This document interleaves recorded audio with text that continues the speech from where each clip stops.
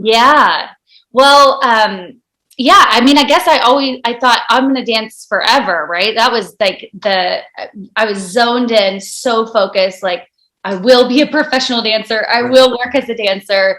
But then it's like, then you have kids and then auditioning is harder and then you can't tour anymore. And the dance jobs were like not working, I just I couldn't travel, so I had to have a plan B. And, I always did Pilates. Pilates was my practice for dance to keep me strong and flexible for dance. And, even our dance now looking back, now that I know all the Pilates exercises and everything, I'm like, geez, I've been doing Pilates my whole life because it's melded into dance, the warm-ups, it's all the same. So I was dancing in LA and the economy crashed and kind of all the auditions were everything was on hold. And I was dancing for the LA Opera and that finished. And I kind of was like calling my agent, like, what's next? I'm bored. And my now husband, but then boyfriend,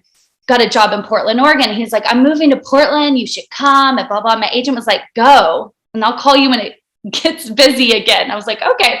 Yeah. So I was like, this will be fun because I had been touring for like 5 years prior on and off. So it's always in a different city. I could never stay in one spot to do any sort of training, Pilates training or anything. Sure. So long story short, moved to Portland, had some time, got my Pilates certification.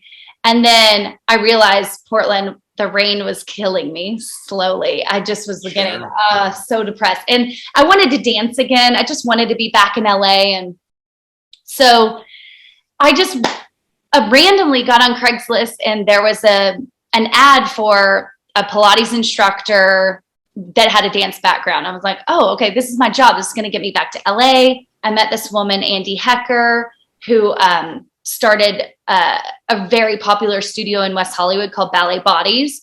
And she was a retired ballerina. Wow. And she had broken her back. So she had this like dance ballet background, then went through crazy physical therapy to recover. And then she melded personal training and Pilates all into one ball. And then she kind of trained me in her style for 4 months. So I was like new with the Pilates certification. And then she gave me all this training with all these other aspects of fitness. And it kind of all just melded in. And I was like, this is incredible. Because Pilates for me was a little boring. I was like, oh, this is slow. I don't know if you've ever taken a Pilates I did one intro class, but I promise you, as your biggest fan, I have been studying you for like 2 or 3 years now. So like that, all the exposure I've had to, and I don't want to interrupt you, but about Pilates has honestly been through you, or I've been curious because of you. I promise this is true. I love it. That's very awesome. sincere. Let me ask this though, and I've wondered, I guess too, like, did you find that you were naturally good at it because of your body type or your athleticism from dancing? You said you felt like you had been doing it for years. Yeah, probably. I think, being flexible really helps. Some of those poses are really, hard if you have tight hamstrings and all that. But yeah, I don't know. Pilates just really complements the dancer physique and it creates the dancer physique. It's all about long, lean muscles, which is what, ballerinas have. They're super strong. I mean, dancers are athletes and they don't get credit that they should, but they are like, I mean, their legs are just like rock solid and then their arms are strong, but it's like long, lean muscles. And then it's beautiful. Dancers are constantly stretching. So there's all this like, length. There's not bald, hard up muscles, they're always being stretched after being worked. So I don't know. I think it probably does help if you,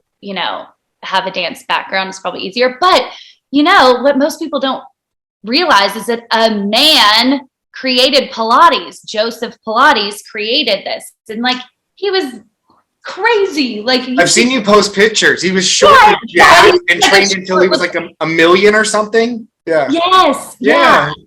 I've literally looked into this guy. Yeah.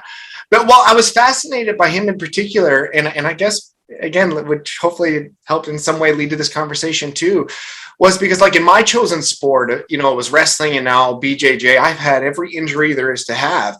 Oh my And I God. want to be active forever. I want to Yeah, be able to, but to me, like, let me define that even. It doesn't even mean combative. Yeah, I want to be able to yeah, like have the ability of self-defense, but like that is much less important to me than that used to be. I actually like want my knees to function and my neck not to totally. hurt, my lower back. So I find myself so much more attracted to things like Pilates or yoga or these things that, as you describe them, long, lean, Right. strengthen, and can keep like somebody agile, limber maybe potentially. Right.